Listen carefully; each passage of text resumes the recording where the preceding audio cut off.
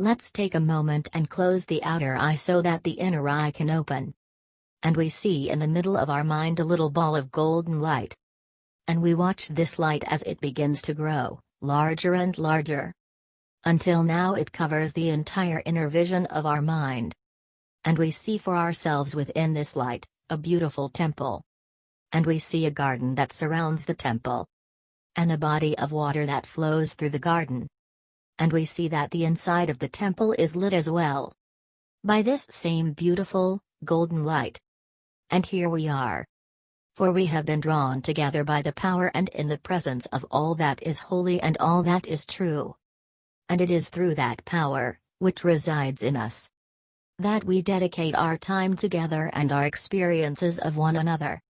And we ask to be lifted, above and beyond the limitations and fears that are the thought forms of this world, to the love and to the peace that lay beyond.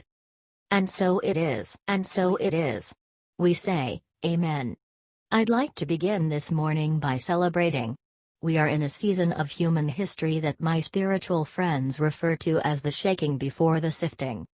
In previous seasons, many of us who are called to do the work of raising our consciousness and calling our communities to a place of healing, we could delegate our responsibilities to a trusted institution. For better or for worse, historically we have been able to rely on something or someone else to do the work for us. I am celebrating the fact that even though many or most of the institutions have been unsuccessful in fulfilling these unreasonable expectations, many have found their voice to reclaim their space, roll up their sleeves and spread love one heart at a time. As much as I would like to stay in the vein of celebration for the short duration of this talk, I have found that this hands-on one-on-one work is much more interesting. And so I'll share what healing looks like in my corner of the universe. First thing I'd like to do is begin to unpack this notion of the discovery of wholeness. I personally discovered wholeness through disruption. It wasn't until my normal life was no longer possible that I embraced traded heartache for healing. Once I decided to pursue the path of healing in my own life, I met with therapists, counselors, and support groups that were based in large part on the traditional theories of Sigmund Freud. I've been familiar with Freudian philosophy and thought for my entire academic life. But I had never need these closely examine or critique these theories before my disruption, so I never gave them much consideration. But when I found myself in desperate need of healing, all of a sudden Freudian thought and ideology became really important to me. But I was not prepared for what I found. I discovered that while the Freudian approach gives space to family and childhood, intellectual analysis and sexuality, what Freud explicitly discards is belief. Using the teachings of Carl Jung on the other hand, and the application of Joseph Campbell, I discovered quickly that I could use my belief system to address my disruption and repair my brokenness. Most of my friends are black men in the conservative American South. That's where I am now, Huntsville, Alabama. I was born and raised here but moved away for work, and just recently moved back. Black men in the conservative American South now describe a common experience with this calendar year. 2020. They are depressed, they are traumatized, many are unemployed, on the verge of homelessness. Many feel hopeless. The common sentiment is that the events of 2020 is breaking us. But 2020 is not breaking me. 2016 broke me. I was in a bad place.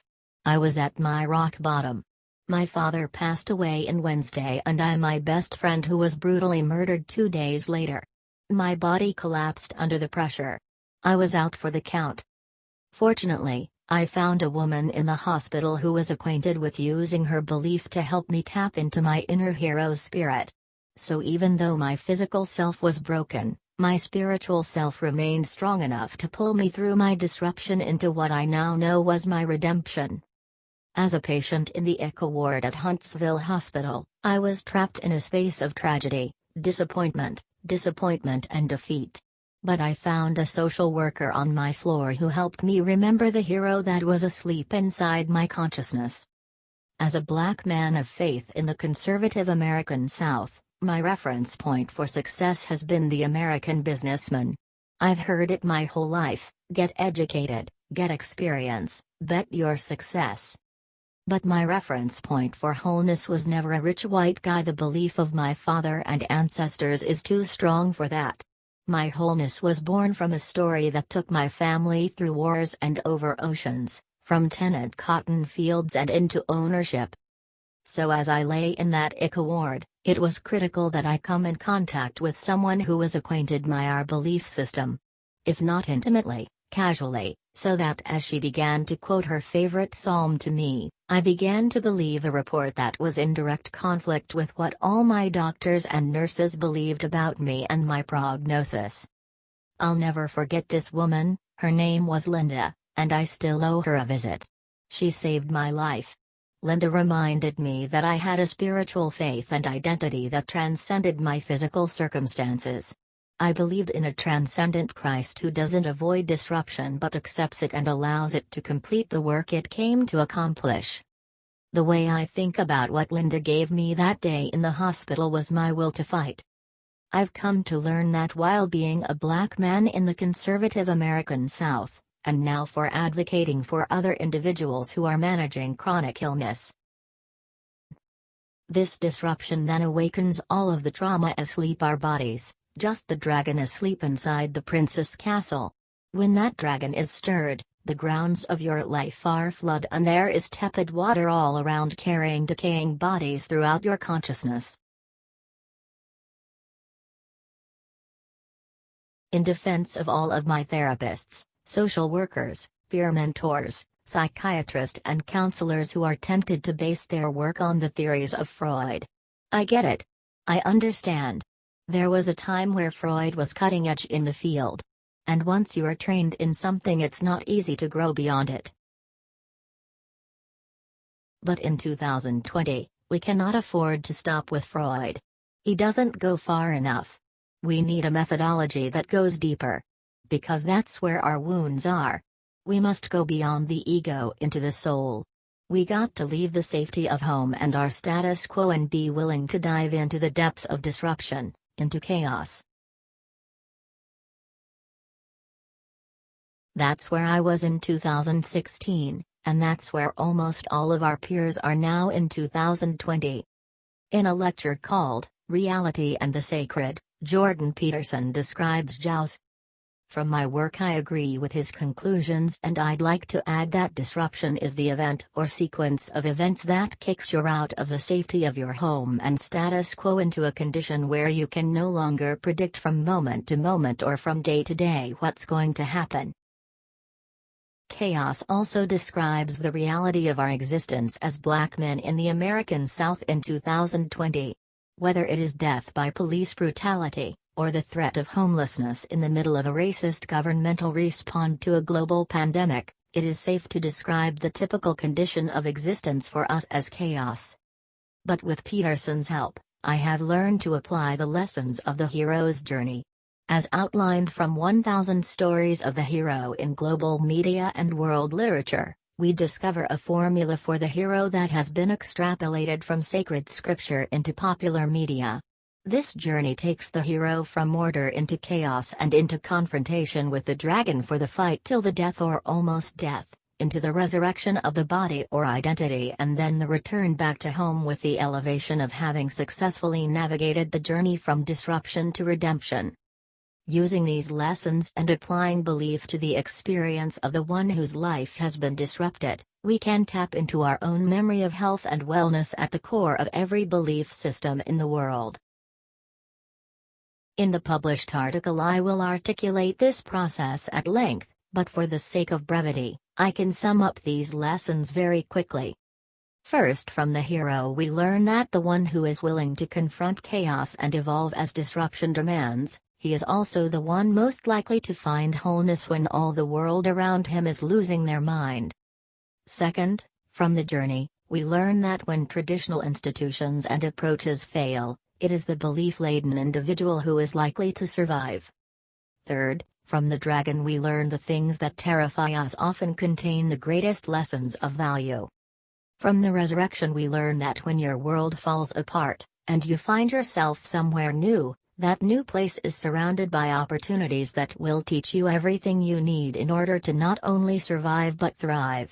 But this journey is not for the faint of heart. This journey belongs to the hero. We are all wired for fight or flight. But often in the face of unforeseen disruption, we find ourselves in the third realm of the frozen or paralyzed. Totally reasonable for the Freudian advocate under the circumstances. However, using the space that Jung provides for the believing protagonist who is tempted to regard the power of the unknown, the hero knows that as strong as the dragon is, he is no match for the force that empowers the hero within.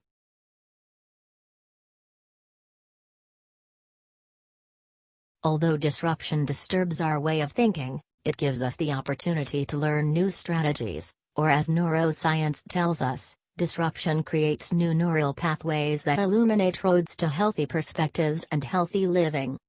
Now here is a sticking point. I'm going to use Brené Brown to get me through this one. The great challenge for employing belief instead of pure Freudian psychoanalysis is this. Belief is subjective. It belongs uniquely to would-be hero. How then, do you facilitate the use of a belief system that you do not share or have access to? This is such a great question. I'm going to reiterate it. Here is the answer. This is directly from Brené Brown. In order to empathize with someone else's experience, you must be willing to believe them as they see it, and not how you imagine their experience to be. Brené Brown says, if the goal of your work with an individual is to help that individual find wholeness, then it doesn't matter what you believe. It only matters what the individual believes. You do not need to accept as true or even plausible what that belief is, you only need to encourage that individual to use what he or she believes and help them apply their own belief to their situation. And here is where race and racism comes directly into place. For generations in our country, the medical profession has famously been unwilling to see Black people as people. When we meet with healthcare providers, often our statements are not seen as credible, our experiences are not seen as legitimate, and our pain is not seen as real. We are often the guinea pigs of the nation. Even as conversations are beginning about vaccines for COVID-19, the healthcare profession doesn't really know how it's going to convince Black people to trust them. That is just one of the great costs of having been wrong on this issue of personal care for this entire period of time. This failure to see us not only hampers the health of the Black community, it affects the health of all community. This concept has only recently been generally accepted among healthcare professionals.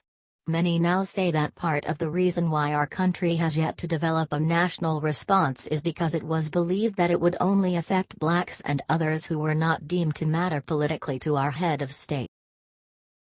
But what we now know is that unless the entire body is healed, the whole body is sick. Here again, if our methodology was broad enough to include belief, we could have learned this lesson generations ago. Because in the realm of belief, of course, the entire body is connected. Beyond basic survival and general body health, new neural pathways give us all new ways of looking at old problems, wherein lie every vaccine and cure to disease yet undiscovered. And move us from a reactive public health methodology to one that sees ahead and plans for unguessed possibilities before they emerge. For me, once I experienced healing for myself, I began working with others who were seeking wholeness. In the process, I discovered that the more I led others into healing, the more I understood other abilities and powers within me that had laid dormant until I activated them. My good friend Al Dioff refers to this phenomenon as the genius in your wound. I call it intelligence.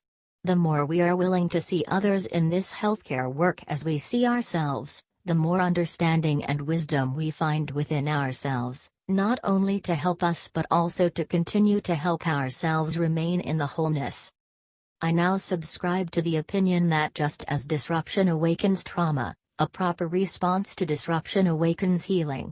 I believe from my experience first as a patient then as a healthcare worker and advocate that regardless of who you are or where you're from, what you've done or what has happened to you, wholeness is a reality within your reach. But believing is a necessary part of the discovery process. My joy and discovery is encapsulated in this post I found on my timeline the other day. Sometimes you have to let go of the picture of what you thought life would be like and learn to find joy in the story you're actually living. I call this acceptance. America's institutional sins have blocked its healthy development and hampered its growth, so that the leaders of these institutions are largely blinded by their own selfish ambitions. Otherwise, we could have been using sacred texts this whole time, not for reasons of personal piety or even historical accuracy, but as a guide for the soul's existence on this darkened planet. For this reason, my foundational principle in the work of healthcare and advocacy isn't Christian love, but social justice. I believe that wholeness comes as a prize of engaging relentlessly in the fight for justice. I always have. But it wasn't until I was never strong enough to instigate it, because I was born into a cultural brokenness.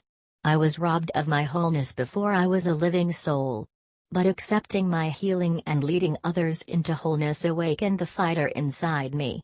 Now I trust the hero's journey to lead me into war with unknown dragons, into unguessed possibilities of health and wellness. But here in the year 2020, whether you believe me or not, we should be willing to try what we haven't considered in order to help people who are dealing with what we never conceived. For no man is an island, entire of itself.